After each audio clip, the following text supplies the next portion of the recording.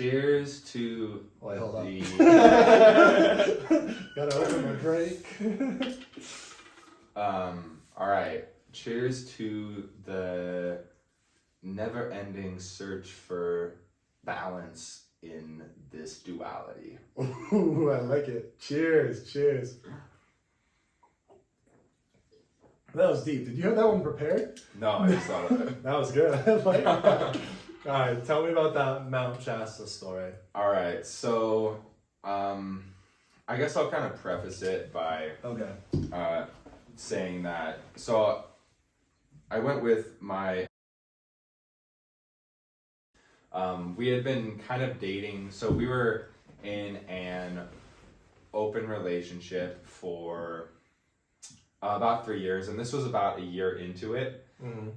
And she was going to Mount Shasta for just to go over there and do some spiritual practices and meet up with friends. And so where is Mount Shasta? It's like Northern California. Okay. South. It's like, I think it's right around. It's south of San Francisco. Okay.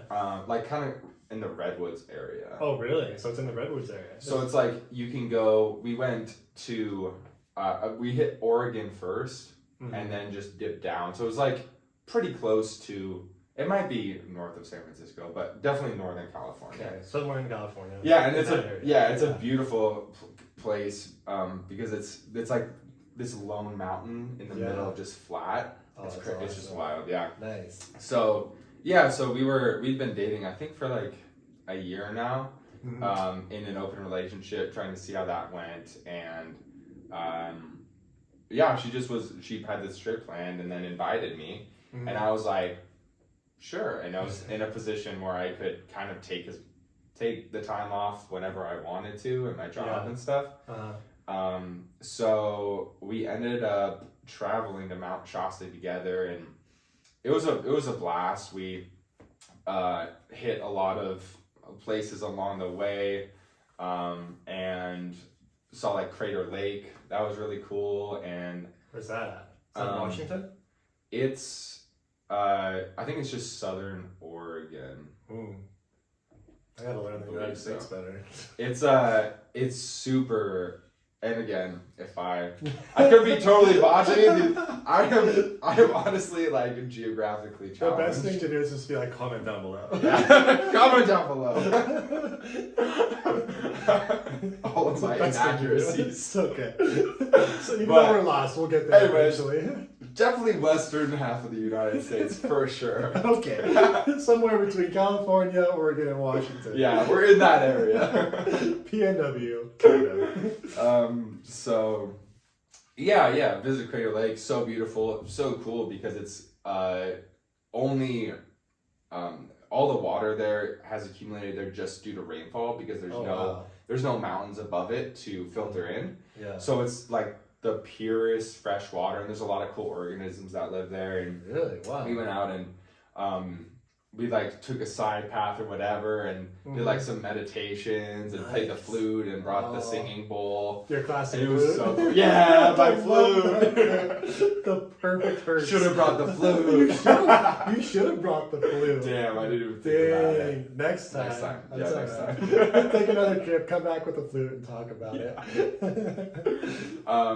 So yeah, and then once we got done with that, we went and met up with friends near Mount Shasta, and kind of the vibe of our journey there was we were going to try to, just heal the earth, heal like energetically, cleanse or soothe the world, because it's just been in a time of turmoil. Chaos and like a lot of weird energy. Yeah. A lot of heaviness. So just going, gathering this group of people. A lot of them, they were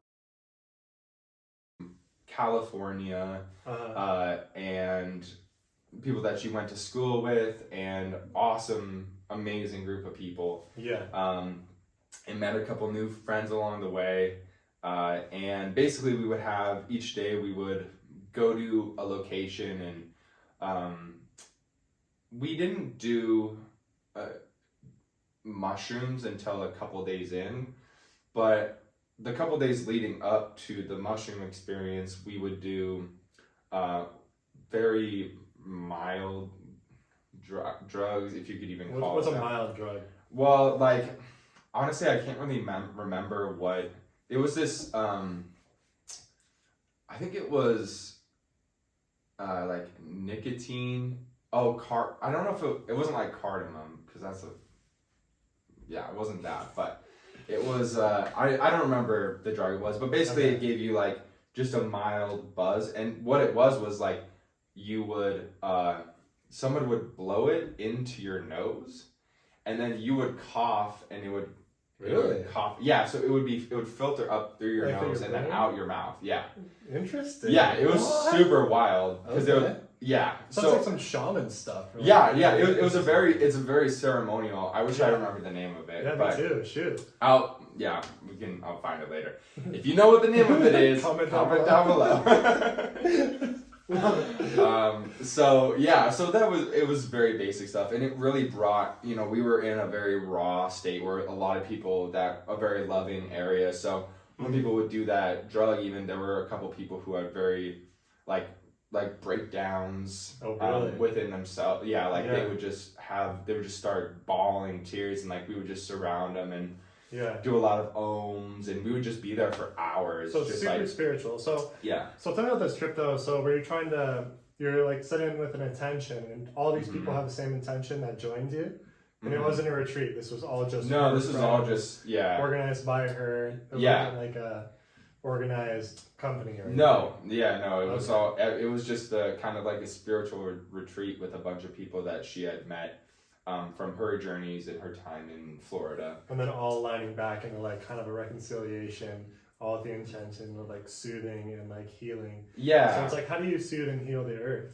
Is it just like by being like good intentions, good vibes, and like putting out good energy all around you? Or are you like picking up trash along the way? So, well, of course, there's like physical things, but then there's also like, we would just get in a circle and like just visualize like light just coming from us, all of our lights being put together, and then just flowering up and surrounding the earth. And we would just sit there with that visualization and that intention for like hours. Really? Just like ohming and just like that's a long time. Yeah. So I it could was really sit here for 10 minutes without fidgeting. Like a roller coaster.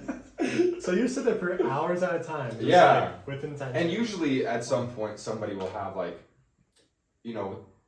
think of something in that space, because it's such a welcome and like shed all of these past traumas, a lot of healing. A lot of healing happened within with a couple. We had like half of the people there just break down and crying, and then that day was spent just giving them a lot of positive just reinforcement, a lot of love, and so that they can shed the past trauma that they experienced. Beautiful experience. It was crazy. Honestly, it was so raw, and it was like it was so emotional and so vulnerable, and you really have to have a really great group of people and a lot of trust, a lot of love for people to be able to break down about their sexual abuses in the past, and like be able to express that, and then know that the people there are going to be supportive of you without judgment. That's a big thing. I think a lot of males are afraid to do that too. Oh, for because sure. We're supposed to be so masculine all the time. We can't break down. We can't be vulnerable, because if we do, we get made fun of. We get, demasculated, and it's terrible. So to create an environment like that, and to have everyone there with the same intention, I can't believe we cultivated something like that. It's beautiful. And the only people, I think maybe one of the women broke down, but it was a majority males that had like these pent up aggression and just like pent up, I don't even know if it's pent up, but unresolved. Sure. Just like unresolved emotions from their past, and not saying that either like they resolve them 100% in that moment, right? But at least broke open the floodgates of, oh shit, this is something that I need to address. Do that shadow work. A lot of people don't even recognize it too. It's hard. Step. It is hard. Oh, it's so hard. It's even when like you think you're all good, you don't think you need to heal, you don't think you have anything from your past that's haunting you. Yeah. And then sometimes you're like, you need to have someone open those floodgates for you to like you walk through, like it's okay to like recognize what bad happened in the past and like go resolve it. Go take a month or 2 or 3, and it's usually not a day thing. Usually you recognize it in a day or 2, but it takes a couple months or could be years. It takes a long time to figure it out. It's different times for different people. It's important to bring it. The first step and like the most important step is just like bringing that awareness. Yeah. If you can bring awareness to somebody's past traumas or things that they've unresolved, it doesn't really. It just matters that they know that this is a part of them, and they can choose whether or not to resolve it or not resolve it. Right. But if you're not even aware of it, that's, I feel like, where a lot of you see a lot of people taking out their aggression on people that don't deserve it. Yeah. And then they which leads to them being more frustrated because they don't understand why they're mad, and they're mad that they don't know why they're mad. And so it just becomes a cycle until you are aware of these past traumas that you have to heal from that are really causing these outbreaks of aggression, or for some people it's just like you just retreat from society, you get really depressed, right? Whatever it is that this buildup of unresolved feelings, however that shows itself within with different people. So that was like the first couple days you did that. Yeah. Was like the more mild drug of, we don't know what it's called right now. Yeah. So was there any like drinking at night and partying? Is it mainly just the intention? No, it was of like healing and positivity. 100% healing. Yeah. And not just trying to get fucked up. Nope. It was like, we're going to use these constructively, spiritually. We're not going to just get fucked up. No. So it's like totally a different. Yeah. We didn't have any alcohol during the whole time. And we can get into how I classify the different types of drugs and tools that we use and their different vibrations. Let's do it. Tell me about it. So, I'm gonna grab my tool. Hold on. Okay. I always carry my tool on the podcast. I forgot. Oh, there you go. Nice. Yeah. This is my healing tool. All right, I'm ready. There you go. Tell me about your tools. Basically, I think that all food and everything that we consume, but especially different types of drugs that have certain effects on us, everything that we consume has a certain vibration to it. So like, I think that like a fresh leaf of lettuce has probably like a higher vibration than like a piece of dead cow meat or something. You think like so? That. Yeah. Just in the vibration of like life and just energetically. Yeah, not saying that like one is bad or one is good. Right. It's just like these different energies, and within the spectrum of food, it plays a lot less of a role as compared to like drugs. Right. So basically, what I think is that human beings and everyone vibrates at a different frequency. But I think that human beings kind of range in the 400 to 600 hertz frequency of vibration, and like in general, right? And alcohol vibrates at like 200, marijuana vibrates at like 300, and then mushrooms vibrate at like 700 or 800. Acid is up there.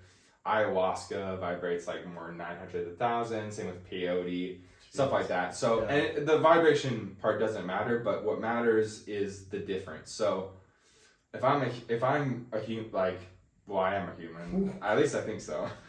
Never know these things. Comment down below if you think I'm a human or not. Debatable. We're the biggest debate of the podcast. But basically, if I'm like a generally happy human being, and I wake up in the morning and I'm stoked for life, vibrating at like 500 hertz. When I drink alcohol, it lowers my even though I do consume alcohol, obviously, and I think it has there are some positives to it, in that for me specifically, it allows me to break down like social anxiety barriers that I have when conversing or like being in populated areas, whatever the case may be. So, and it's nice. Like sometimes I'm had a hard day and I just want to sit down and have a beer and just relax. But it definitely does lower your empathy levels. And so if I am, and it is a depressant. So if I'm vibrating at like 500 hertz and then I drink a ton of alcohol, I'm going to be, and I think most people feel this, especially the day after, but you'll be very like, just feelings of being alone, depressed, and while you're drinking, lower levels of empathy, you don't have that awareness, kind of like it blocks off your awareness to your thoughts and your empathy towards other people to a certain extent. Of course, you can drink and keep that awareness, but in general, that's kind of what happens. And so if you are, drinking every night, constantly lowering your vibration, then your general vibration, I think, just like decreases ever so slightly. And it's the same with like weed. That's why people who, like I don't like drinking a lot of alcohol because I feel like I'm, vibrating at a higher level naturally. So when I drink, it brings me lower. But to put it in perspective, like if somebody's depressed all the time and they're just sad and they hate their lives, they're vibrating at 100 hertz. 200 hertz is going to feel great. So it depends on, as individually, what your vibration is, and that depends on how you are in your life, how much do you have suppressed, how much trauma do you have unresolved. All of these things go into like your vibration. And so if you're vibrating at 100 hertz, maybe alcohol genuinely makes you feel better because it literally raises your vibration. So you're saying like humans should be at an elevated vibration to feel better? So I just think that not necessarily. Okay, it depends on the human maybe? And it depends on, I think the ideal vibration is like 400, 600 hertz. And I'll kind of go into that when I go into like the higher vibration substances. Substances. So like, and that's the same with weed. I think weed vibrates at a lower vibration than like humans in general. But if your general life you vibrate at like 250 hertz, maybe smoking weed will genuinely make you happier, like bring you up to 350 hertz. But if you're vibrating at such a low frequency, 200 hertz, 100 hertz, and weed and alcohol are bringing you up, wouldn't you argue that maybe you have that unresolved trauma, unresolved things in your past that are probably weighing you down? Oh, for sure. Making you vibrate lower. And instead 100%. of using those substances to bring you up, you should probably do some shadow work, reflection, whatever you need to do. Go heal, go reach out. And go 100%. Use those outlets to bring you up instead. 100%. That's what it is. And, you see this obviously everywhere in our society where people, less with marijuana, more with alcohol, but I still see it with marijuana, where people will use these substances to forget about their life and not dive deep into their traumas and resolve them. So that's why they have like that lower frequency. And again, depends on where you're at in general in life. Your regular vibration will determine how these substances make you feel. And then for like the higher vibration substances like marijuana, acid, peyote, all of these substances, when you take those substances, you vibrate at a much higher level, and it can bring a sense of happiness if you have the mindset of letting go. But what it really does is it like completely breaks down, if let's just say like you and your essence and your energy as a human is like a nerve. You have all of these protective barriers, metaphorically and physically, like you have skin to protect you from the world around you. When you reach a certain vibration, all of those protections start to fade away, and you're just basically unearthing and letting yourself be completely vulnerable, breaking down all these protective barriers you put around yourself and really showing, your nerve, like your energy, your essence of human being. And a lot of people are so uncomfortable with not having their protections that's what makes them have a bad trip or experience it poorly. But I would not want to live in anywhere above like 600 hertz. So if we're talking about a state of mushroom, I don't want to live in a state of being high on mushrooms 100%.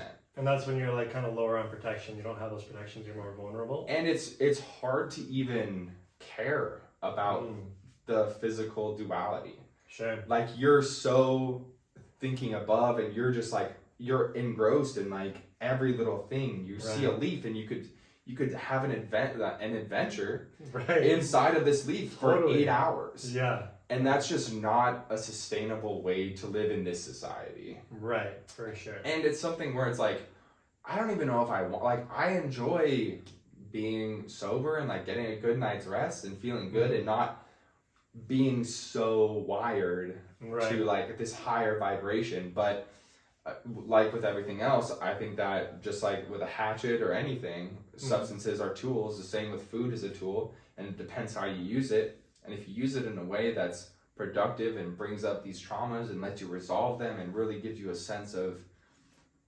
self and a sense of awareness, then it's really positive. But any tool can be used wrong. Absolutely. So yeah, that's kind of my stance on the vibrations and stuff like that. That's really interesting that you mentioned like lowering your guards and your protections down. I've noticed a lot of people with the podcast, like I've reached out to people, but they're so worried about being vulnerable.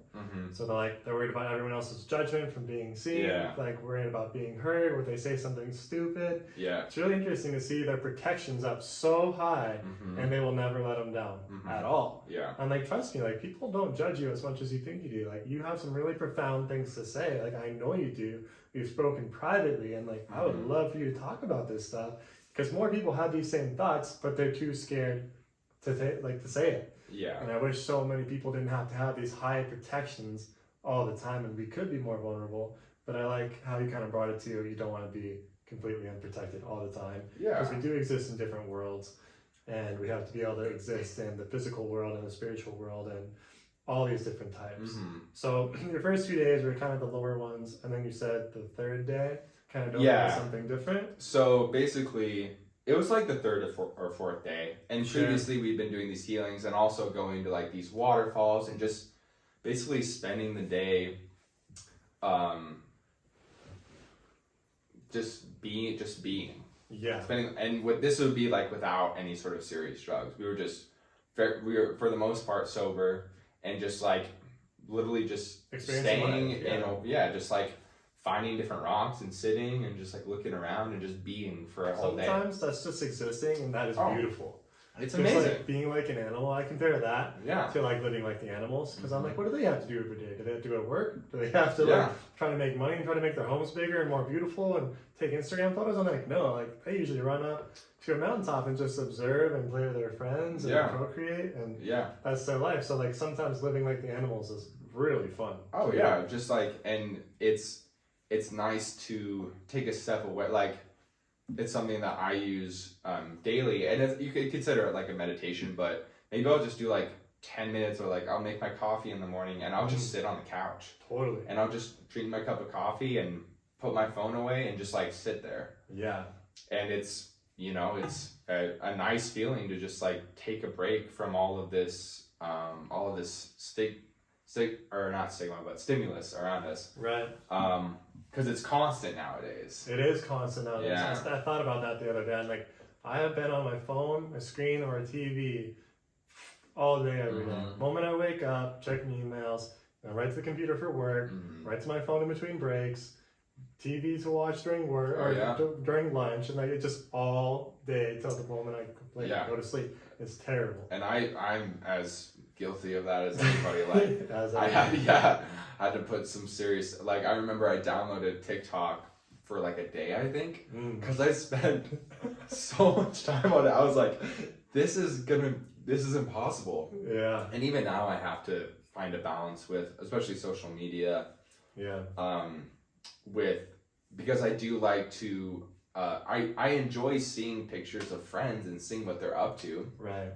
So that brings me a lot of happiness, and I'm sure people like to see when I post to my story and stuff. Totally, yeah. What I'm up to, what's life like. It is fun to see that stuff. Yeah, and I like that a lot, but it's just like putting some sort of time limit, like manual time limit on, like, okay, we got 10 minutes. That's actually what I do. I'm like, I look at the clock, let's just say it's 3:33. I'm like, I have till 3:40 to TikTok or whatever I'm doing. Then I have to get off and like get back to whatever I need to do. Then I'm putting it down. So it's like, it's a good little mental barrier. And like, I have 7 minutes to like get this done. And then as soon as it hits, I'm like, all right, I have to get up. And if I don't, I'm like, no, fuck you. Get up, get this done. Put it down. Yep. So I like that you like took a few days to like just decompress and just, you know, just be there. Yeah, just be. And that's like what it was all about, you know, healing ourselves, but also healing a lot of the energies of the planet. But yeah, that the third or fourth day we went on one of the hikes near Mount Shasta, and it kind of turned into a quest for, and how I think about these experiences are, you know, I don't know anything. Basically, interesting. Like, I don't know if there are actually keys. They're like either metaphorical or physical keys, you know, planted spiritually, like around these like very high vibration places that could unlock doors to like other universes. I don't rule out anything. Why not? Why not? So basically, that trip was, we were cruising. We were just hiking, and basically, my partner would go off with a couple other people to kind of just like journey and try to find like these keys that were going to unlock a portal. And I was kind of in the state of just observing. Yeah, that's what's kind of like the whole trip. But to me, was just kind of not making any judgments, not really asserting my opinion unless it was asked. Just kind of, the whole trip for me was just being. Nice. Like, and especially in an open relationship, that's kind of what it has to be. Like, you kind of just have to be comfortable with yourself and just let them do what they need to do and want to do. Totally. And you just have to have complete love for yourself and be comfortable with yourself. And that's one of the difficulties. But so basically, toward like around the middle of the hike, we all gathered around. We kind of made a circle of rocks and put all the keys in the middle, and then we all took mushrooms. Were they metaphorical keys then? Yeah, they were like keys you they would have like really interesting sticks and rocks that kind of had like these like, I don't know, energetic differences. But they were physical objects. Yeah, they were like physical objects. Okay. And then we all sat around in a circle and took these mushrooms and just kind of all sat there for like 10-15 minutes and just meditated and just were one with the mountain, because it's such a spiritual place. It's like a spiritual hub. How high of a dose did you take, each of you? I would say it was probably around 3 grams. That's a lot. So it was it was a decent amount. And so we were sitting around for like 10-15 minutes, and then we decided to start walking again. Yeah. And as we were walking, it started to hit people. Yeah. And we were walking, and I had done mushrooms quite a bit at this point. And so I would feel it, but I was able to like, okay guys, like we really want to keep moving. Right. It's getting dark out. We want to get, shoot. So, and like, I don't know this place really well. I want to make sure everyone's safe. And basically we would start walking, and then our friends, he just had like a release, and it was awesome, but he just was like laying down and wouldn't get up. Sometimes you gotta do it. Yeah. So basically we were like, all right, we gotta just chill out here for a second. Yeah. And but there was also an essence of, we were very much trying to follow the flow of the universe, in that if he wanted to stay there, just trusting the universe was going to be there for him and doing what we wanted to do. Exactly, totally. So there was a balance of making sure everyone was safe with trying to follow the flow of the universe, trying not to make decisions based in fear and trying to make decisions based in love and trust. And so, but basically we all got to this general location and all laid down, and we're all very much tripping at this point. And we were all like closing our eyes, and when we would close our eyes, we'd kind of like not like blast off like DMT, but we would see a lot of visuals, and it kind of like looked like a different planet. And we had a lot of people there who were like, there was a lot of interesting fear that was popping up, or people didn't want to close their eyes, or like they just, you know, were anxious or stuff like that. And everyone got through it, but it was just, again, I was kind of like an observer in this situation. And it was really interesting how people handled the mushrooms. Like, one of my really good friends we were like, me and him and this girl were the most calm of everybody, and we're kind of the people who were guiding the group. And so we kind of had this triad with us, and everyone was kind of like doing their own thing. And it was really interesting, the need for one of the guy that was a part of it. He was gay, and so he like really wanted to make out, or bisexual or whatever, pansexual. But he really wanted all of us to make out with each other, or just like kiss each other. And him and the girl kiss, and I just was like, I was very much like, I didn't feel the need. I just didn't. When I'm in that state, it's a very non-sexual state for me. It's like I like other people near me for their energy, but I don't. And maybe physical touch, but definitely not anything like sexual. Right, totally. Yeah, so that was interesting. And then as it was getting darker out, we found the road and started heading down the road. And one of my friend who was, you know, bisexual or whatever he is, pansexual, was really having a hard time letting go of the oneness and close to source, or this high vibration that everyone is vibrating at. And he was like, everyone, like, you're dipping back down into the low vibration, like you need to stay high, like why are you dipping back down? And I was like, hey, they're gonna do them, like it's okay. And so basically we just hugged for an hour or so as everyone just kind of like walked down. And like he would just like watch the sunset. Beautiful. And it was just like I was just there to, you know, be a supportive energy, a non-judgmental energy. I feel like you're that a lot. I am that a lot. It's a good thing to mention Josh is my spiritual guide. A couple of mushroom trips too, which I think we established last year that we're making it an annual endeavor. Yeah, for sure. So yeah, that was kind of my role in the whole adventure, and it was just really interesting to see, because he is a very spiritual person, but seeing him be afraid of lowering the vibration and seeing other people lower that vibration as the drugs wear off.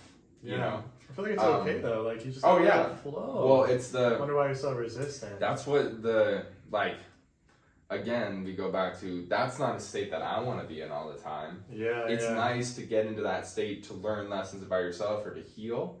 But then a necessary part of that is to come back down to your just resting vibration. And then that also plays into the duality of, if we were always vibrating so high, it wouldn't be high or low. Like what makes the higher vibration high is that we spend a majority of our time in a resting vibration that's lower than that vibration of the mushrooms and stuff. So just interesting to see, and we just kind of like walked down, and it was interesting to see, like as we walked down the road, the mushrooms started wearing off, and like each step felt heavier and heavier and heavier. So it was interesting how like like metaphorically we were lowering our vibration, but also physically we started to feel heavier. Right. Yeah. And it was just quite the experience. And then we get down there and there's a big drum circle around a fire. And they were your friends. And it was a bunch of people because it's a very spiritual, it's a huge spiritual area where a lot of people just go there and they will camp for days or months and just like have these spiritual practices. And so there were people, and there were a lot of people, we just like ran into it. They were having like a huge potluck. Yeah. And we hadn't eaten since, I mean, honestly, the day before, because the whole time we were only having one meal a day. Dang. And the meal was like 400 to 500 calories at night.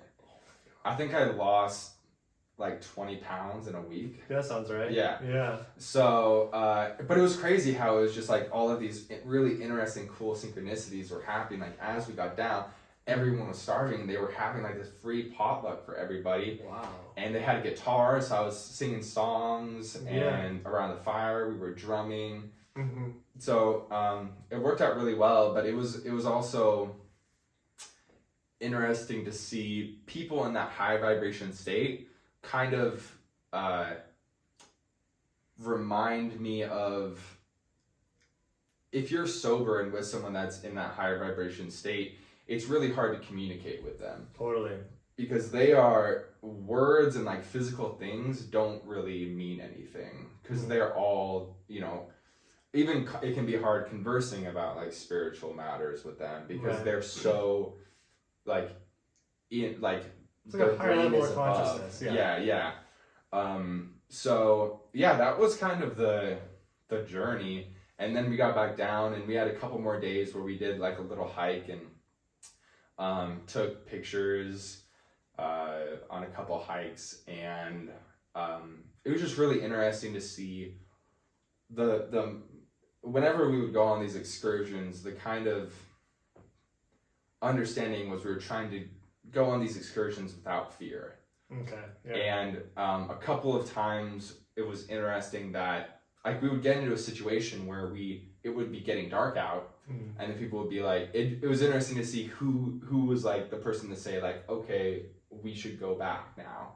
Right. And it's like, oh, is that decision made in fear or in love? And like just kind of dissecting how people make decisions, and whether or not it's in fear or in love. Could be awareness too, though. Like, it's getting dark, which is more dangerous. Even though that you're not as scared of the dark, it's like we need to think of our survival for our physical bodies too. Oh yeah, and the whole time, like while we were in that state, like I literally had a skirt on and a bottle of water, and that's all I had. A bottle of water. Yeah. And that was all I had, and like it was getting dark out, and like we lost the trail.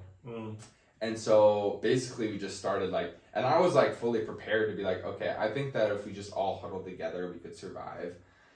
So that's where my mind was at. But basically, like one of the guys was like, no, like we got to get through. And we started like bushwhacking through all this forest. In a skirt and a bottle of water. Yeah, I was getting branches all up in my jaw. I bet.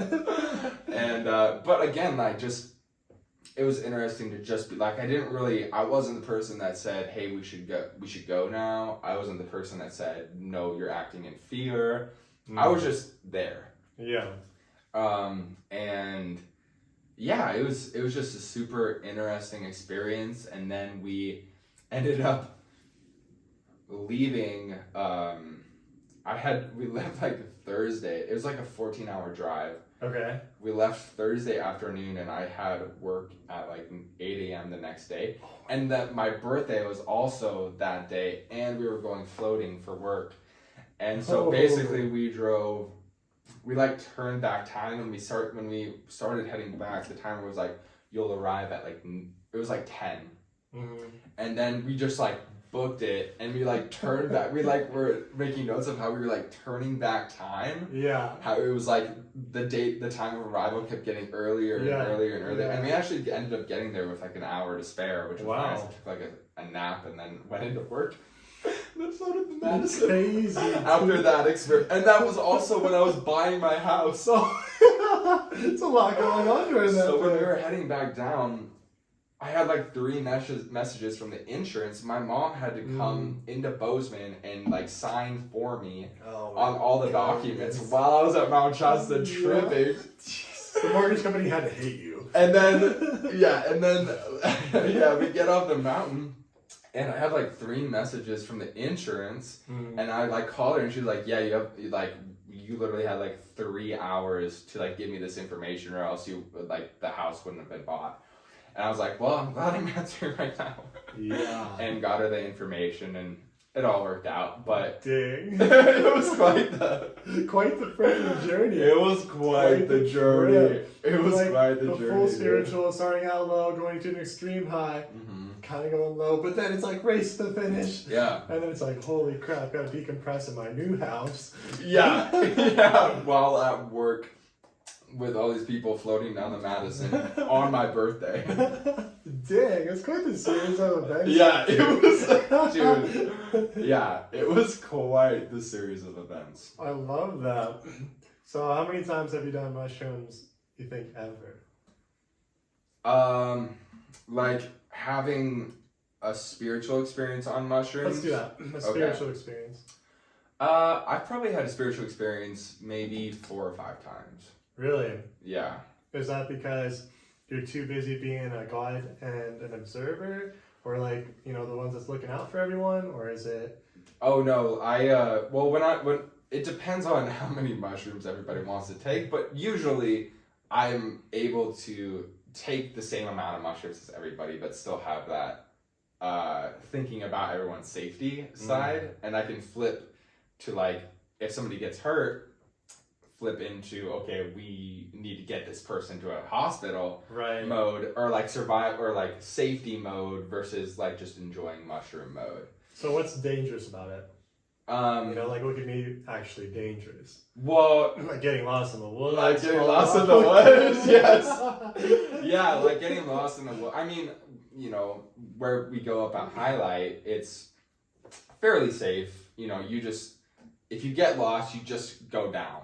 I mean, that's the concept, but even then, still, it's your direction. There's a sense of like, okay, like if we don't make contact, then I'm gonna call somebody, or I'm gonna go searching for them, you know, something like that. Even though I'd be still tripping, it's like, okay, this is it. It gets dark at 6. They're not back by 3:30. I'm gonna start going out and searching for them, and if I can't find them by 5, then I'm calling somebody. Okay. Because the safety is the number one. Totally. Yeah. So, and everyone's always covered in like the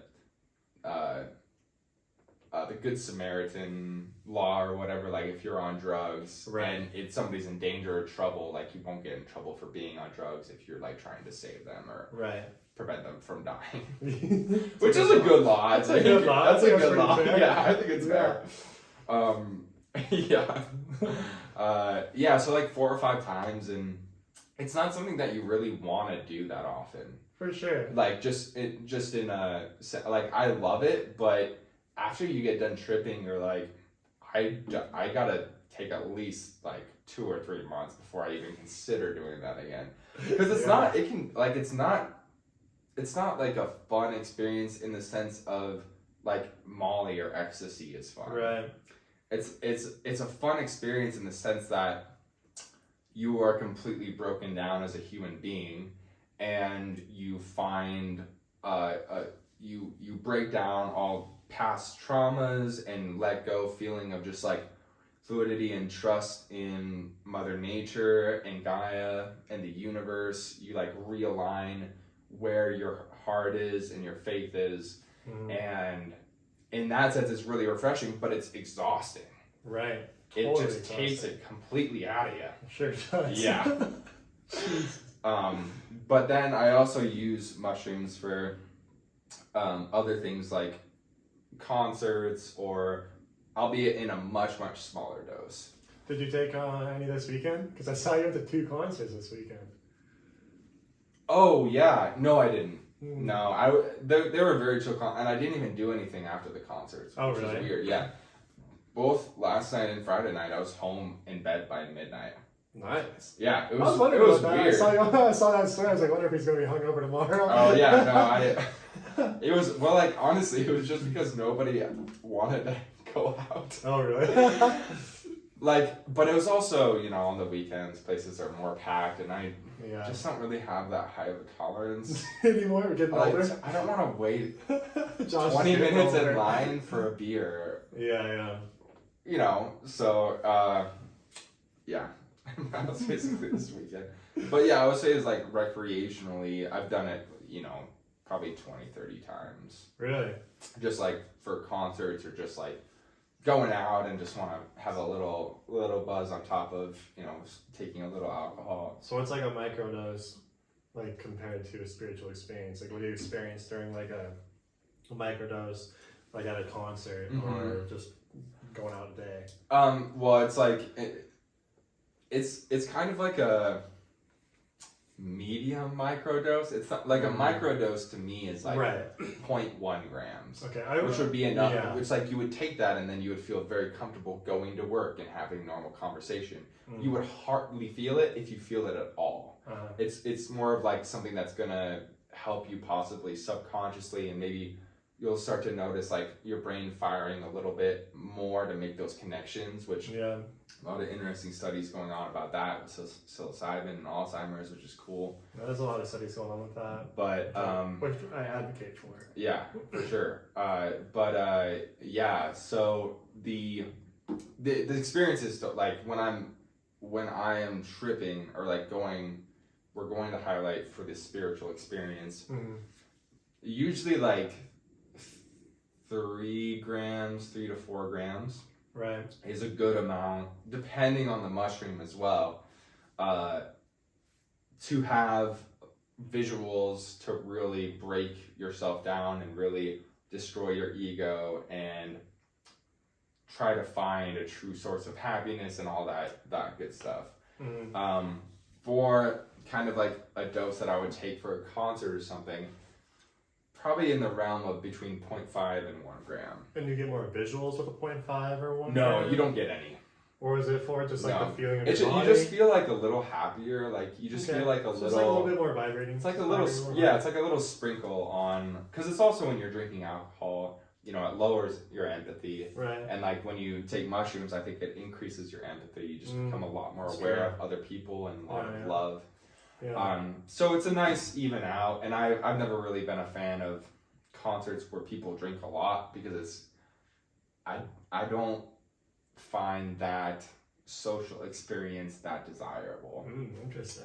A lot of other people do. Just because you know, I'm a very empathetic person. Yeah. And even when I drink, I'm empathetic, but being in an environment where people are just sloppy and don't care about other people or are saying stuff and they don't even know, they can't. And the other thing about people being drunk is that it's just a general trait that's unappealing to me. Right. Regardless of it could be like 2 different cases. It's like, okay, so either you enjoy being that sloppy drunk, which that's fine, but I don't really align with people who enjoy that kind of experience. Right. Or you aren't aware enough of yourself to know the amount that makes you happy without going over. Right. In which case, that's fine too. That's a lot of people, but it's not something that I find attractive in somebody. For sure. So what is your most profound revelation or vision or takeaway from a high spiritual dose of mushrooms that you can remember? Probably it's a pretty loaded question. You can think about that for a sec. Well, I feel like I've come to, there's been a couple like kind of revelations or pillars that I've made based on experiences with mushrooms. There's a couple, but I mean the most recent one was basically it was when you experience an emotion. I feel like there can sometimes be stigmas behind feeling certain things. where you consciously or subconsciously invalidate your own emotions due to the speculation that those emotions are derived from something silly or something that's not didn't take place, or like maybe from a past trauma. And what can happen is you can, if you have an emotion of like fear or anger or like sadness, if you think, oh wait, I'm having this sadness because I haven't resolved that past trauma, so I have to try to not be sad. People will try to invalidate their emotions based on whether or not they think the reason for those emotions are valid or invalid. That's really interesting. Yeah.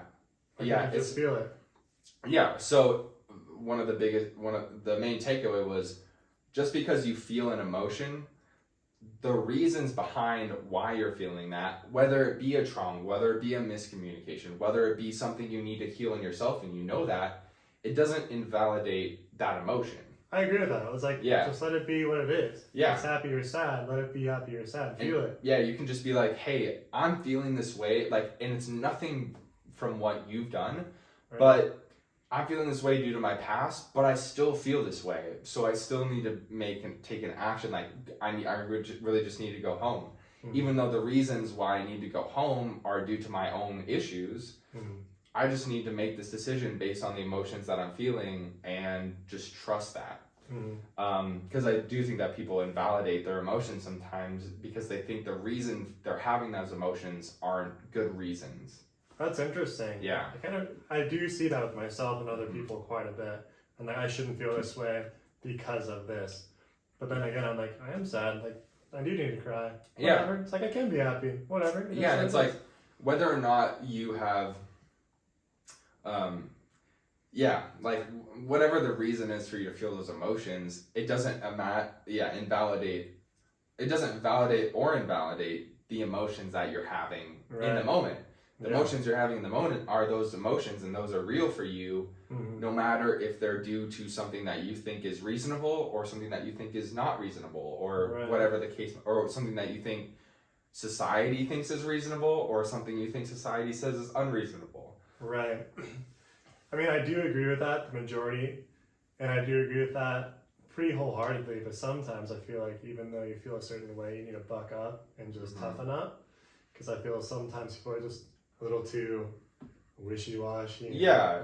For sure. Emotional. For sure. It's like, I don't want to do it. It's like, you need to toughen up and get it done. It's like, I don't feel like I should. But you know what? You need to toughen up and get it done. Yeah, and that's just the again, like, different, that's why I said like validate or invalidate. Mm-hmm. Like, you could have this emotional response, but make the decision like, I'm feeling this way.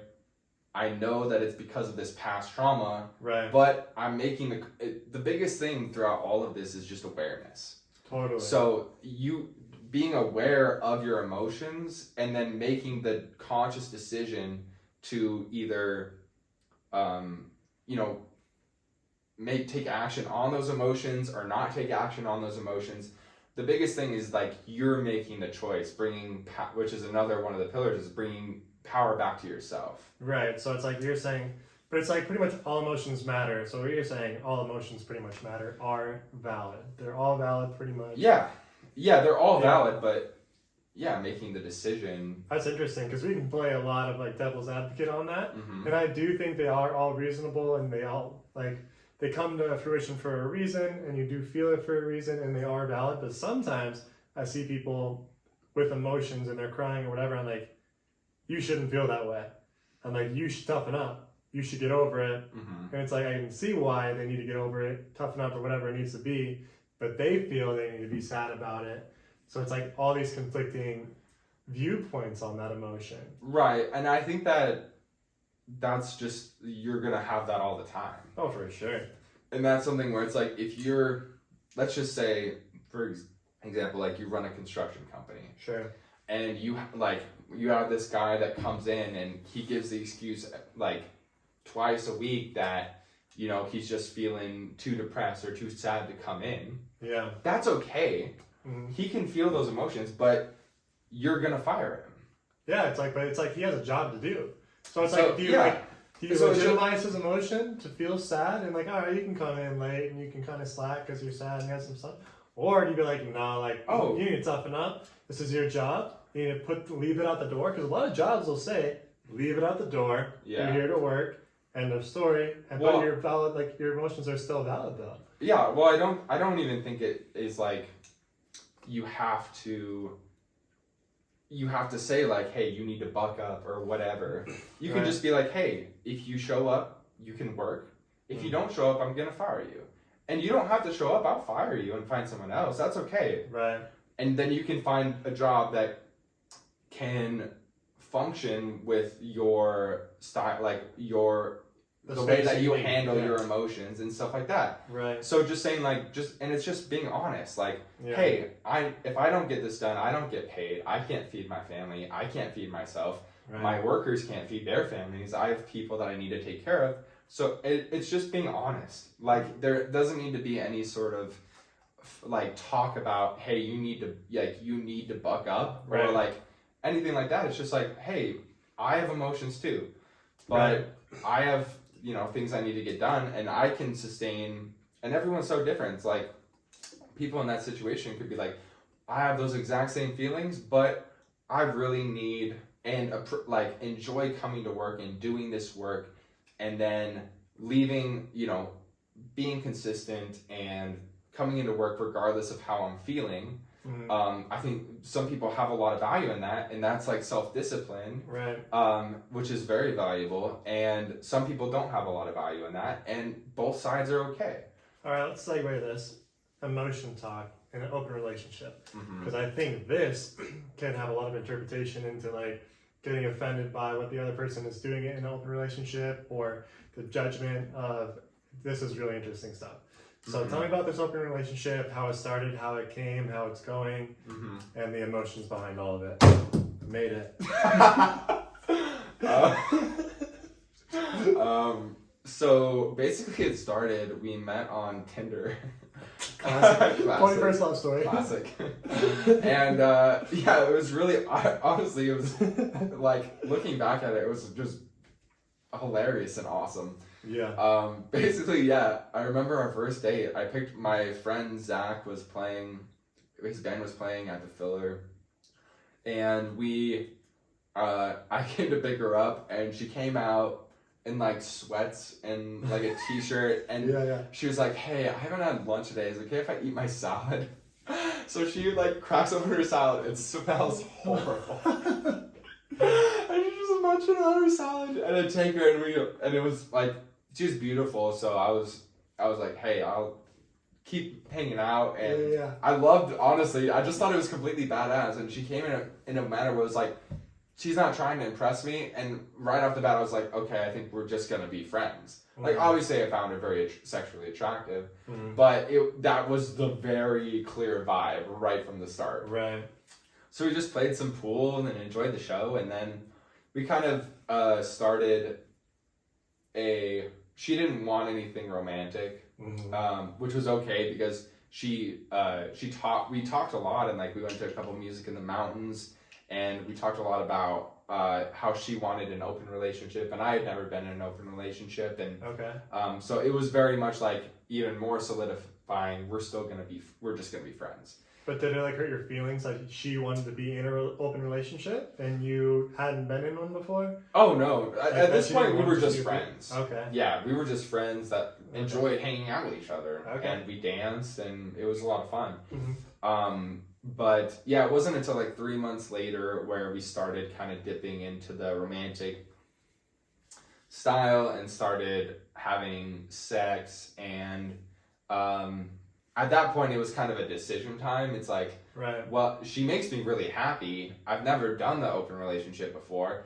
And it was kind of like a why not kind of situation. Like, I enjoy spending time with that person, and it seems like I would be hurting myself by forcing myself not to go out with her because of how society has posed this style of a relationship to me. And so I was like, hey, I went into the relationship like, yeah, sure, I'll give it a shot. At any point, I might be like, hey, I can't do this anymore. Yeah. But as of right now, I enjoy spending time with her, and it was just kind of like, until I don't, I would love to keep hanging out with you. Right. So yeah, that went on for a little bit, and then we would have sex with like other people, and that was the first time that she had sex with somebody else was like the biggest,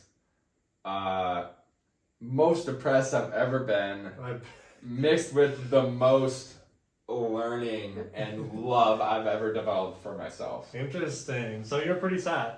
Oh, yeah. And she's like, you knew getting into this is what. Well, she talked it to me before she did it. Oh, interesting. Yeah. So I was like, and basically the conversation was like, will this bring more happiness and love into your life? And then she said, yeah. And I was like, well, then do it.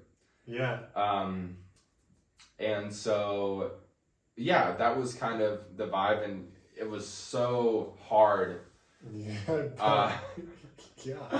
And but yeah, I did a lot of self-reflection, and not invalidating my emotions, not saying my emotions were wrong, but just being like, I want to know why am I feeling these things? Because I love her.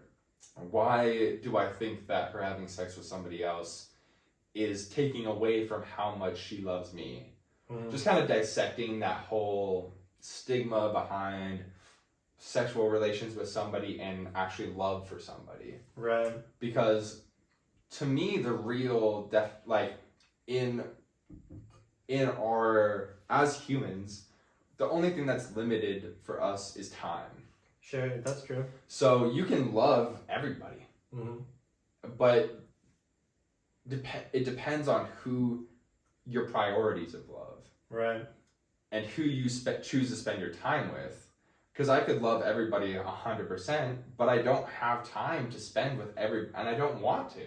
Right. Like, I want to have a select few people that I choose to spend time with. I'll love everybody. But, so for me, and that comes into love languages, with quality time is one of my love languages, because the only thing limited, love is limitless. Right. Time is limited. So really, I think people express their love for somebody based on how much time in their lives they give to them. I like that. It's profound. Yeah. So, anyways, so yeah, just kind of dissecting that whole thing, and really it all just came down to like insecurities I felt about myself, and so just doing a lot of work on self-love and feeling secure. And I mean, yeah, but I don't want to like take away from the guys that are in monogamous relationships, like saying they're not secure because they don't allow their girls to go sleep with other people too, though. That's not to say that a guy isn't secure. Because it's like, I feel like I'm a very secure person. Yeah. Like, I don't care what my girlfriends do. I can talk to whoever, hang out with whoever, but I don't want them sleeping with other people. For sure. I mean, yeah, very much preface everything on, I have no idea what the best style of relationship is, or I know friends that are in like my parents and my family, there's only been like one divorce. So like I have friends and family that are in very, very happy monogamous relationships, and I have friends that are in very, very happy open relationships, and I have friends that are miserable in closed relationships, and I have friends that are miserable in open relationships. So how many people, if this is okay asking, how many people did you sleep with in an open relationship with her? Yeah. And do you know how many people she slept with in that open relationship as well? I slept with, I think, 3 people over the course of 3 years. Okay. And she slept with 2 or 3 people. Because I feel like it's probably get a lot of scrutiny, but I feel like it's a lot easier for more women, women to sleep with more guys. Oh, for sure. So it's like it's a lot harder for guys to find another person to go sleep with when girls usually just go out. I had the same exact thought. But here's what it comes down to. When I did sleep with those other women, I felt like shit. So wouldn't that just be discrediting the open relationship right there? Because you felt like shit.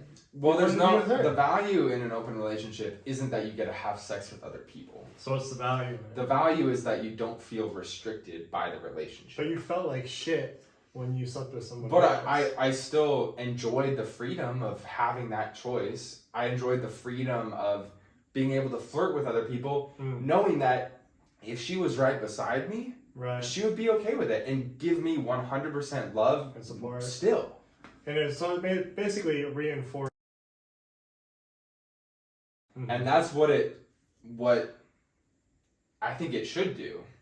Like, and that's why I also didn't have a problem with her sleeping with other people, because every time that she did, it was just even more, it brought us closer. So she felt the same way. She kind of felt remorse a little bit and was like, actually, I'm reinforced my attraction and love for Josh. Exactly.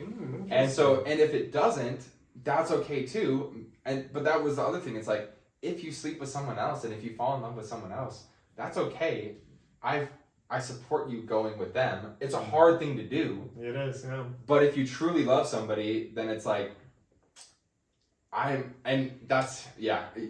go back and forth. You go back and forth. So are you still with her now? Because I know she left. Yeah. So are you still? So we're just friends now. Now you're just friends? We do talk like maybe once a month or so, just to check up on. And if we are ever in the same location again, it definitely might spark up again. For sure. But and if we're both single or whatever, but yeah, I just don't think that. Well, basically, we were in an open relationship and then she moved, and we were trying to be in an open relationship long distance. That's tough. Yeah, we're like, it was okay for like a couple months, and then I was like, hey, we should just be friends I wish it wasn't this way, but as thinking of her as a friend, I was able to consciously and subconsciously give her so much more support and love for what she was doing with her life than as somebody who was like in a relationship or had plans to be with her long term after. So I was like, hey, we should just be friends. So what are your relationships like going forward? Are yours trying to be open? Like when Josh goes out on dating apps, does Josh have in his profile or in a conversation saying, I kind of want to be in an open relationship, or do you want to be in a close one? Do you want to see my Hinge right now? No, I'll see it later. But tell me about it. Actually, no. I haven't had dating apps in like 6 months. Oh yeah, no, for sure. Well, basically, I'm very open to anything. Whether that be open or closed or. All right, let me see this. Can I read it? Yeah. Okay. I like that picture. It's very distinguished. Yeah. I love human connection and engaging conversation. Star emoji. You're not 6'1". I am. Well, I am 6'1", I'm pretty sure. I think you're 6 foot. I might be 6 foot. We'll stand up after this. Okay. Profile pic, classic love. Oh, the flu. The flu. Did I take that? No, Brooke took that. Brooke took, yeah. That was a good day. That was a beautiful pic. You're also still trying to figure out. I'm dyslexic, so just bear with me. No, you're good. You are also still trying to figure out how life. Trying to seek life, balance, strive. I am dyslexic, so I know that's completely wrong. You're good. Strive for honesty and communication in your relationships. Yeah. I read that right in my head, but I didn't. I've seen that. I can't remember. You did a bike trip with Jenna? Yeah. We did a couple. Yeah. Explore and have adventures. Share laughs and hugs. Feel and grow. Have some fun while we are here on this earth. Oh, that's Earth Playground. I've never seen that pic. Big fish. Bro. That's the one fish pic. Nice. It's a good profile. I like it. But yeah, so basically it's just I'm down with really anything. Mm-hmm. It's like right now it's like if we enjoy spending time with each other, let's spend time together. Totally. And if we don't, then let's not. Yeah. We don't like each other. It's very easy. Let's not be. You say that, but you see people who just like hate each other, who feel required to hang out with each other based on guilt, resentment that they feel, whatever the case may be, all these pent-up emotions that they haven't resolved, all these paths that they've taken away from their heart's path, and then they feel guilt for all these things, and so they stay with people that they don't like, and then you just get a mess. Right. So you're open for anything. Yeah. But are you more so seeking a closed or an open? Even though you're open for anything. Honestly, whatever comes either. Yeah? I was with like a couple months ago, I was seeing this girl and she was having a hard time, and she did want to have like a monogamous relationship, and I was like, okay, like can we do like a month and then check in? And she was like, yeah, sure. So I was just monogamous for a month, but with her crazy schedule, she was only able to hang out twice during that month. And so like this is where it comes in. I was like, hey, my love languages are physical touch, quality time. Mm-hmm. If you want me to be monogamous with you, I need more from you. More time. And that's something that she couldn't provide. So it was like, okay, this isn't going to work out. Right. And that's okay. And we're still really good friends. We talk all the time. Nice. Yeah. So it's very like, if you're just honest and communicative and... So basically, if it's going to be closed, you kind of need your needs. Josh needs his needs. I need my love languages met. Same. And it was like when I was with... saw each other, we didn't see each other that much, because I also really value and I think in a relationship you should have your own separate lives. You do need your own separate lives. And have fun in those lives, and then when you're together it's even more fun, but when you're apart it's still fun. And you can have time to miss each other a little bit. Yeah. It's that dynamic part of it is super important, especially keeping things interesting and stuff like that. Totally. So I only saw her maybe 4 to 6 times a month. But Francesca, yeah. But it was like, every time it was like, staying the night, snuggling, a lot of solid quality time. So totally. I felt all of those needs or boundaries being met. Nice. And that kind of leads into another pillar, which is that I think something that I really strive for in a relationship is, especially a romantic relationship, is I think that everybody has like a level of love that makes them feel good or happy. Like a level of love that they feel, whether that's from yourself or from other people, that makes like you have like a minimum love requirement to make you just feel good and happy. And something that keep going. Something that I really value is people who have filled up their minimum love requirement by themselves. So when they're by themselves, they feel 100% secure and feel good and feel confident, because they have put enough work and time into loving themselves that their minimum love requirement is met. Right. And then if you meet other people that, where you can share in love, and then your love meter goes way up and you feel even good, but then when that person leaves, you still meet that minimum requirement. So and what happens is this prevents situations where you have fear of leaving somebody because your love meter will then dip below your minimum requirement. I mean, that's just the old saying, you have to love yourself before you can love anyone else. Yeah.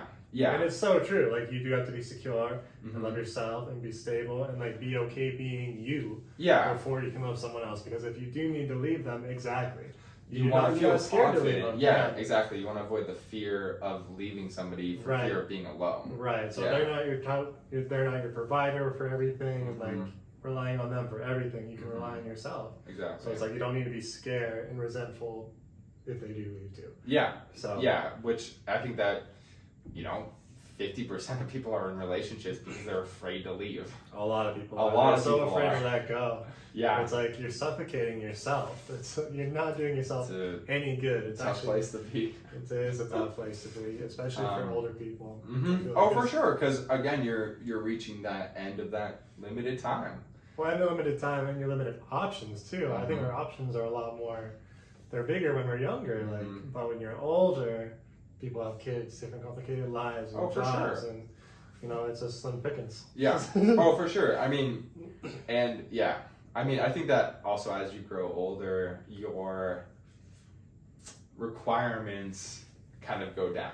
I think they go down a lot. Yeah. You're like, I'm just trying to chill. You're like, oh, you have 3 kids with this guy, 3 kids with this guy. Okay, but I'll hang out. Yeah, I'm pretty lonely. Yeah.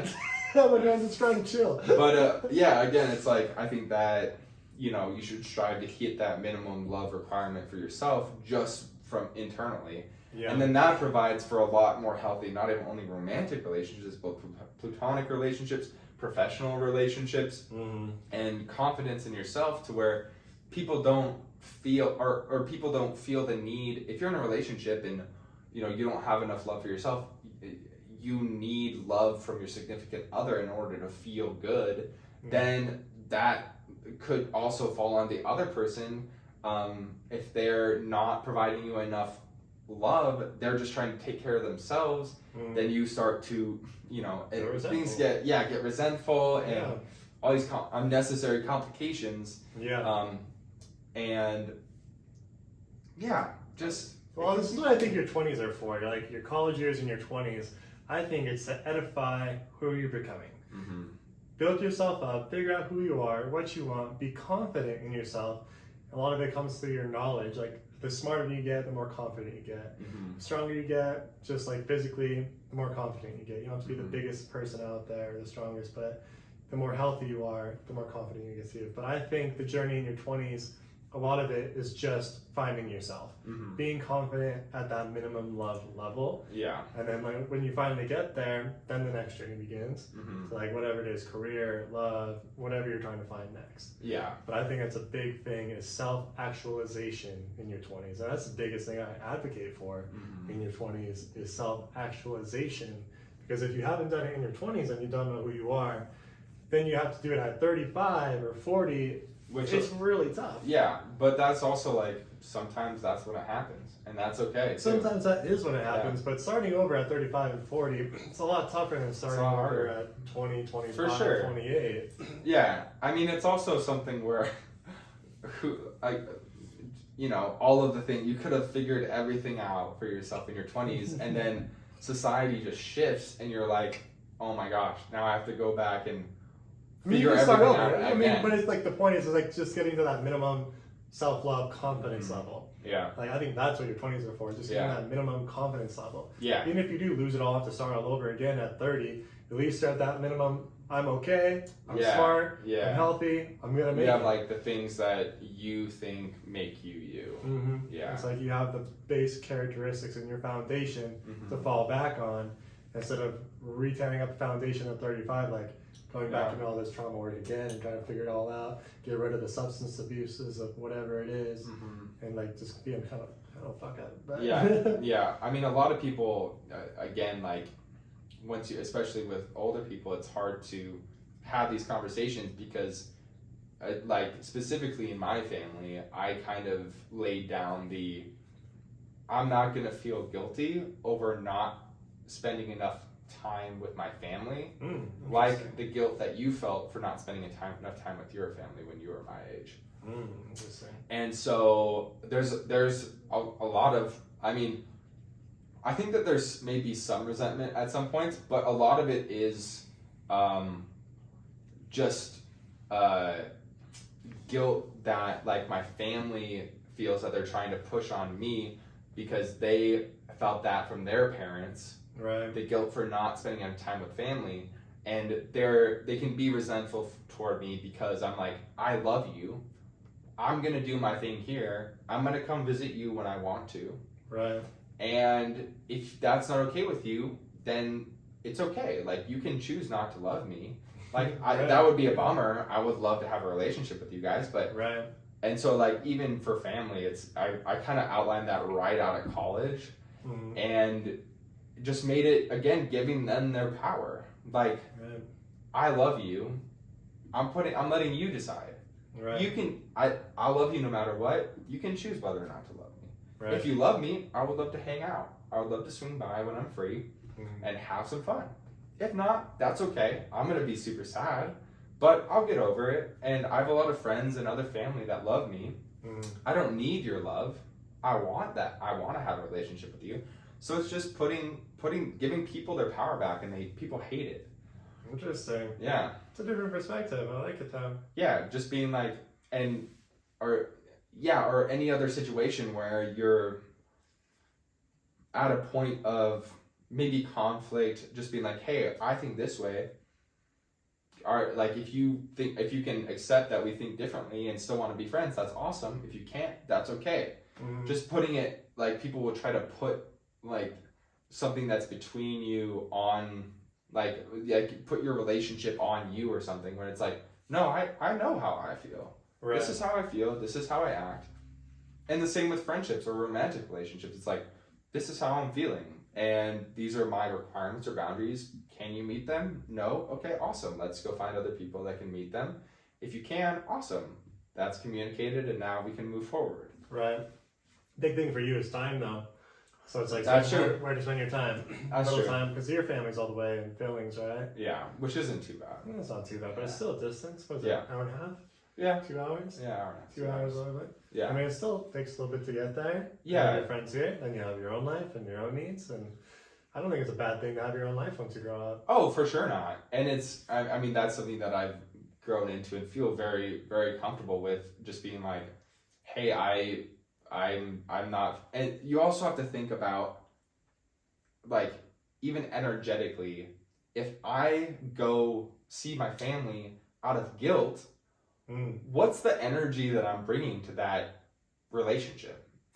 Well, I mean, it could be support for them too, because family is very supportive. Oh. They're gonna love you no matter what. It's kind of like a default. No matter what, they're gonna love you. No matter how bad you fuck up, no matter how bad you're lost or financially screwed, they're gonna love you and bail you out of jail, whatever you need to do. Some families. Some families. I'd say the majority of them, though. Like, they want to look out for you. You have like a weird special bond. I'd say a lot of families, majority of them kind of do. They want the best for you, and they'll still like stand by your side no matter what you have done. Yeah. Or do. Yeah. Like, they're like, that's my son, that's my dad, that's my mom, etc., etc. I'm gonna stand by them. Yeah. So I think you should spend a little bit more time with them, even if it is out of your way. Yeah. Not exactly your desire. Because they also raised you, gave you a lot of roof over your head when you were young, all the nutrition, everything. So they did kind of make you to become, to a certain point. Oh, for sure. But I think that, you know, I would rather go at your own spend time with you because I want to spend time with you. Right. So I mean, like, do you want to, like, I get that you want to see me, but like, if every single time I go to see you, I'm guilted into it and build up resentment, then that's just going to build and build and build. And then who knows what form that will take. Instead of doing that, you know, I can call when I'm free, whatever the case may be. You know, I'll go for Christmas and events, you know, because I like to see them every once in a while. Yeah. And then, but if you build the relationship with your family on the basis of, man, I miss my grandma, or like, I miss my mom, or something like that, I'm going to go visit them.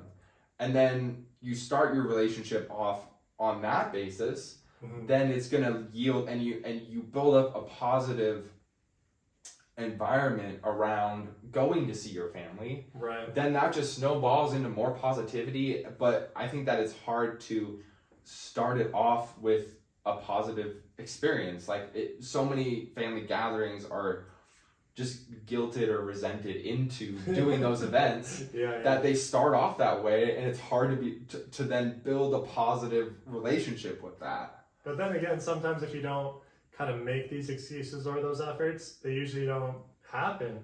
Sometimes it might go 10 years goes by until they make an excuse to have a family reunion, and they finally make something happen. Oh, I mean, 10 years would be a time. It's a long time. I mean, like, I visit my family probably 3 to 5 times a year. That probably the same for me. Yeah. So, and it's something where it's like I actively do try to find and have fun when I go home, because I want to try to build the positive relationship with that action that will yield me actually wanting to go. So, and it's the same with anything, especially with something that is in my life with the gym. Like, I started working out in like middle school, And for the longest time, I had it would be like 5 a.m. workouts with my dad. And then just like a full day of school, and then soccer or tennis or band or whatever. Right. And didn't really have that positive relationship with the gym until high school, when I started really to get in shape and fit and really started to go into the gym. And every time I went into the gym, I didn't have expectations of myself. I just went into the gym and did my workout, and then it just felt really good. Right. And so now when I go into the gym, it's not hard to get me into the gym. When I walk into the gym, I get a smile on my face. I'm excited. Mm-hmm. But that's just years of building up that positive relationship for something that's healthy for me and is beneficial to my life in the short and long term. But that's the same with anything. Like, I talk to people who are trying to get into running, and it's like, oh, you're starting off with trying to run 3 miles every morning.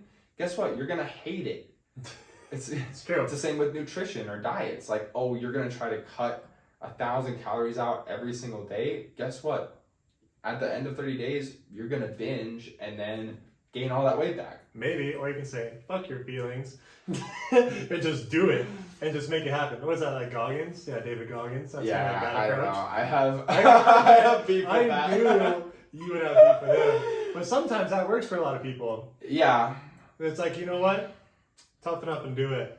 For sure. But like, I just don't think that's I don't think that you can live a sustainably happy life that way. I mean, I think you can, you can't. Like, I think, but like, what happens when your your body breaks down and you have to have 3 knee surgeries and you can barely walk? It doesn't have to be 3 miles every day. You can't be like, oh, toughen up, here we go. Screw my body, screw my feelings. That's different. So yeah, I don't know if that's not the approach that I personally take. But I think there are a lot of approaches that are valid. Not one approach or anything is better than the other one. Oh, it's just your personal choice. Yeah, if you want to have everyone's this approach, if you want to have that approach, yeah.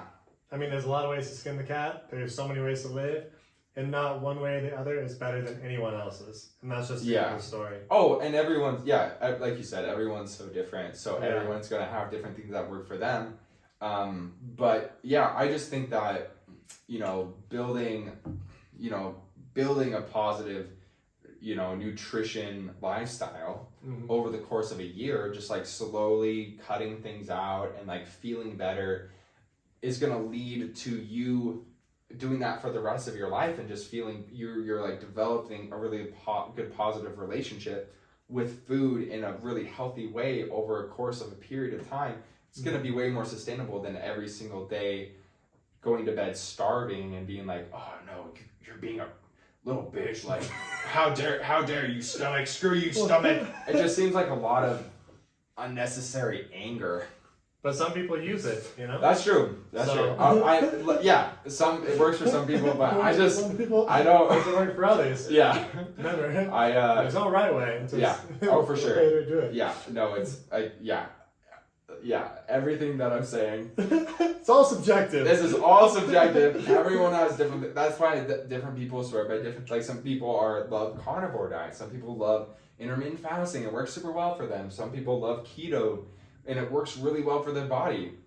I'm lactose intolerant. I could eat lactose and try to build up, my body to, train my body to start producing lactase again. But me personally, I'm like, why am I trying to force my body to produce lactase for something that my body doesn't really like? And so it's just like, I'll just cut it out. It's okay. So that's true. But I do want to dive into your job. Okay, yeah. How's that going? Because you got a new position. Yeah. What's your title? Website developer? Head of software engineering. Oh my goodness.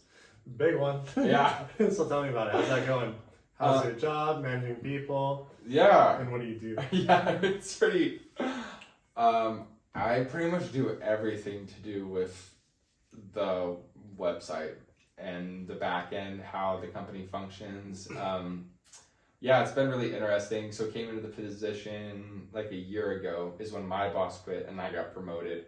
And then I had one of my employees quit. So I was just by myself for like 3 months and then went through the process of hiring 2 other people. And now I'm hiring this security firm that's here in Bozeman to provide different testing on the site.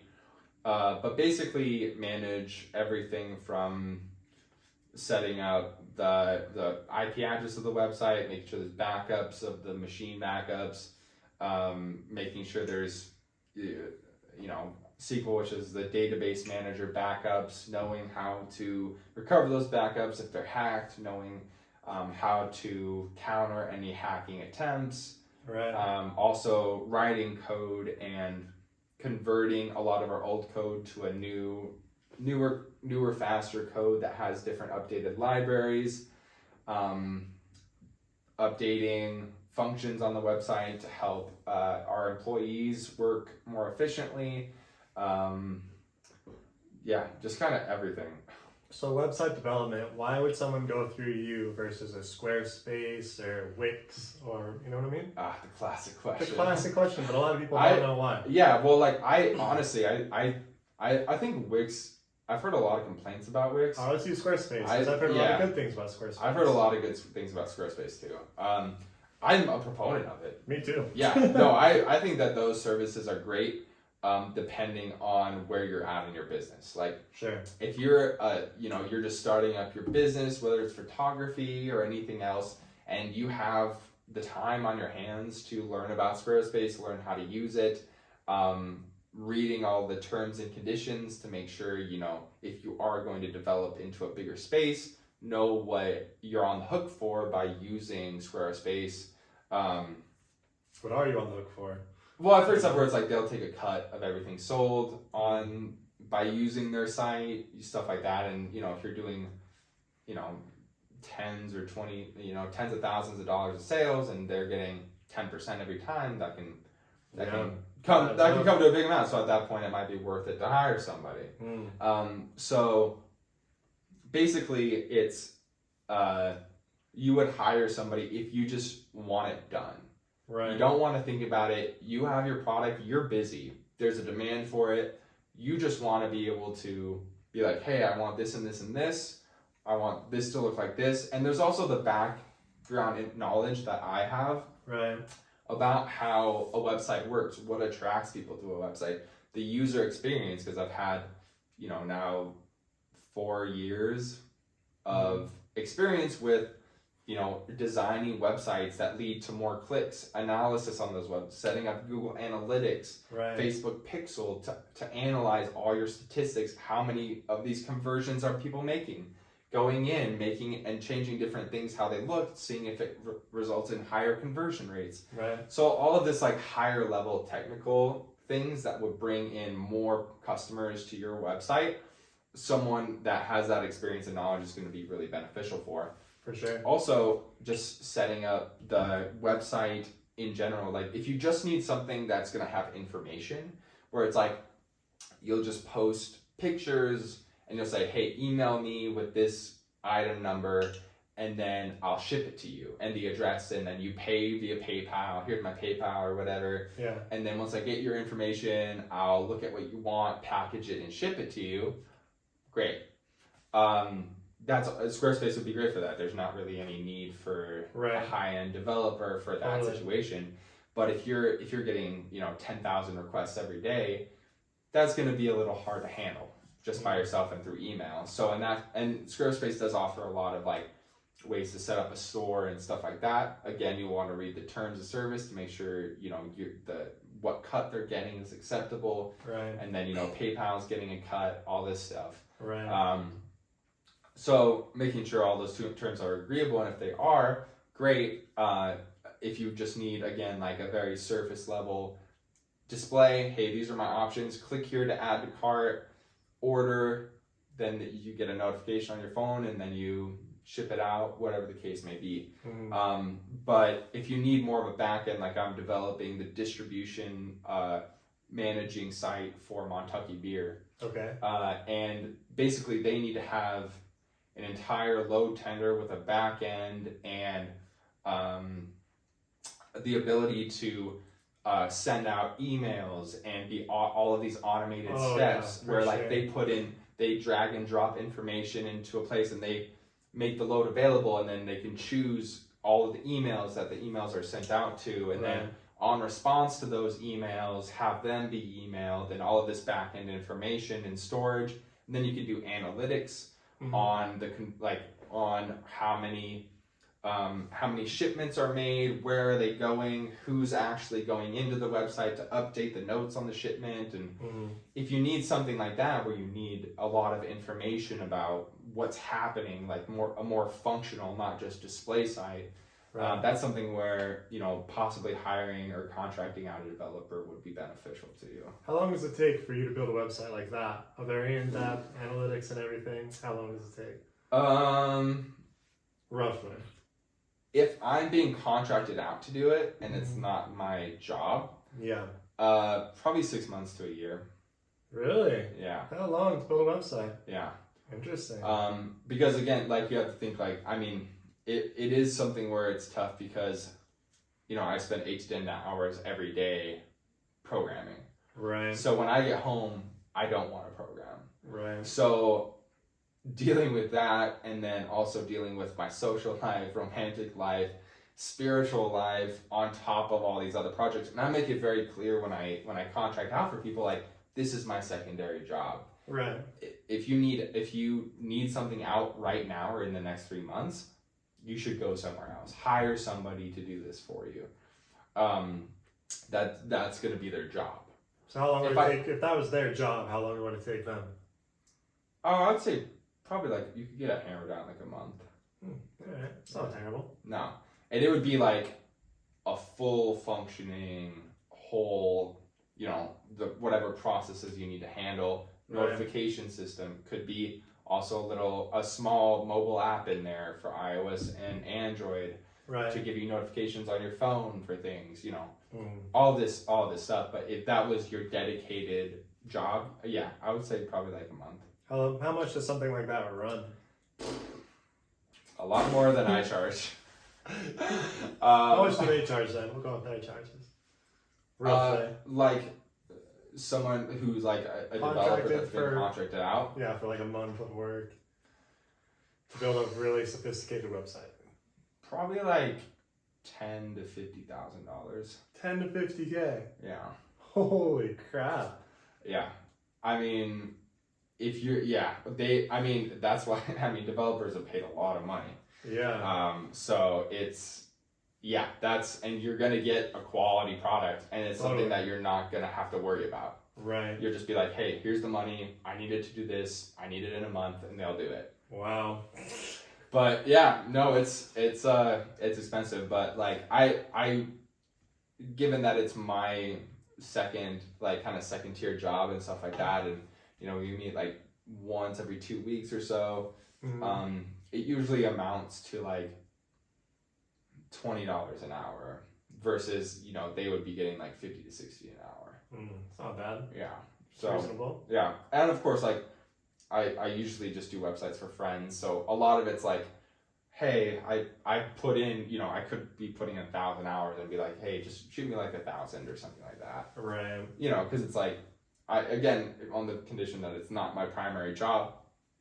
So it's, you know, you obviously don't have an urgency for it. Right. So I'm not going to, you know, that's something that the terms are agreed on prior to me doing any work. For sure. Yeah. Like for a lot of the podcast stuff and a lot of the things I will be selling on my website, I know Squarespace will do everything I need to do or Shopify. Perfect. But I know eventually when I want to build like a Matthew Map website for like the tutors and the orders and all this information I'm gonna need in the analytics and everything. Yeah. I know I'm gonna like have to hire it out. Yeah. I know Squarespace will not cover something. Or doing something where you're able to hook up with different like GPS APIs so that you can wear like a camera or something, and then you can have like a live tour experience and like map yourself. People can get live updates of maps of like as you travel, stuff like that. And then you'll like hit different, like you could hit like Gmail APIs and Google APIs to get information instantaneously as you travel and get updates, mobile application updates, there's a lot of cool stuff out there. Right. That's, you know, just like the more intricate and more tough things to develop that Squarespace isn't going to allow. Right. But for a lot of people, yeah, Squarespace is an awesome. Yeah. Do you work remote, or are you still working over there? I can do whatever I really want. But I do like to go into the office. Do you? Yeah. Again, like the office is my kind of my social time. It is for a lot of people. Yeah, I work with a lot of like honestly my friends. Like one of my best friends works like 10 feet away from me. So nice. Yeah, we'll go on the weekends and stuff like that, and then I get to see him on Monday morning at work. And like I only hire people that get along with the office and work well with other people. So it's always nice to go in and say like, oh yeah, how's the weekend? What'd you get up to? Totally. Stuff like that. So it really offers a lot of my social time. A lot of people, that's like, especially as you get to more of an adult stage, work time is social time for a lot of people. Yeah. Like work and social time, usually you're friends with your coworkers. After work, you go work out, spend time with the family, have dinner, go to bed, do your other chores, whatever else work you need to do, back to the office. Yeah. Then you have your weekends. It's like, since you didn't have a lot of time to make friends, you invite your work friends to the weekend adventures. So, and there's a lot of value too in being able to walk over to like one of my employees' desks and be like, hey, show me what's going on. You know, there's a lot of cool things with Google Meet, and it's become something where like I could just message this person and be like, hey, hop on this call with me, and you can share screens immediately. Right. So there's a lot of cool things that technology has allowed us, and that's why I feel comfortable working remote when I want to. Right. But there is a lot of value, I think, in face-to-face communication and being like, hey, I mean, especially for any sort of meeting regarding performance or, you know, anything like that, being like, hey, this is what I think this is what I want you, this is the level that I want you at, this is where I think you're at, I'm going to give you this amount of raise, just keep working hard, I think you're doing, there's a lot when you can look someone in the eyes and be like, build that communication and that trust that is lost over like a virtual meeting. Oh, for sure. Yeah. Especially with the podcast too, a lot of people are like, oh yeah, I can Zoom in, I can do it on a telephone call. I'm like, no. Yeah. I'm like, we have to vibe in person. Yeah. Like, whether it's in New York together or London together or here, we have to be in person. Yeah. I don't care the background too much, but I need to be with you. Yeah, I need to vibe off the conversation. We need to feel each other's energy, feel the presence, and just be with each other. Oh yeah. It's such more of a genuine connection. And it does produce really good things when you're in person. Oh yeah, and that's why we're seeing like a decline just in general of empathy as people become more and more separated and closed off from connecting with human. Like there's some people that can't have a conversation and like look someone in the eye and tell them the truth or tell them what they're feeling, or they have to, you know, even now it's hard especially if you're seeing somebody, to be like, hey, I'm not feeling this, like I really like you, but I think we should go in different directions. Having that conversation, being able to look someone in the eye as a genuine human being and be able to express your emotions without fear of judgment, just be like, this is me, this is how I'm feeling. That's already becoming a rarity. Trust me, dude, like working remotely for the past 2.5 years now, it has really killed my social skills. Like, because I work from home so much, and even on the weekends I work from home in the library or wherever, so I don't have a lot of social time like I used to, and I can feel myself in conversation not thinking as fast as I used to, not conversating as well as I used to. Vocabulary isn't there. I'm like, oh my goodness. Yeah. So it's like, it's also a reason why I started the podcast, so I can get more in-person conversations. Yeah, for sure. Yeah, so I'm like, awesome. I need to start talking to people and learning more things and like reaching out to more people. And like having the podcast is so constructive to learn like from other people's conversations, and it's like an environment to strictly learn and like be with someone and connect. So it's like the perfect recipe to just bring yourself up. Yeah. But trust me, like being alone and remote can really inhibit a lot of people. Yeah, and it's oh for sure. And like as we get to it, you know, as society has grown into like this digital age where people are having conversations and genuinely starting to hate people off of a comment that they said, it's like, it's really not healthy. It's not. It's like, I guarantee you, I would say 98% of the people online, if you're mad at somebody online and you went to their location and you sat with them and said like, hey, this is what you're doing, this is why I'm upset, and they explain to you their background, all of the things that they've been through and why this happened, you'd be like, oh, like, dang, you know what? All empathy is lost over like digital texting, comments, whatever.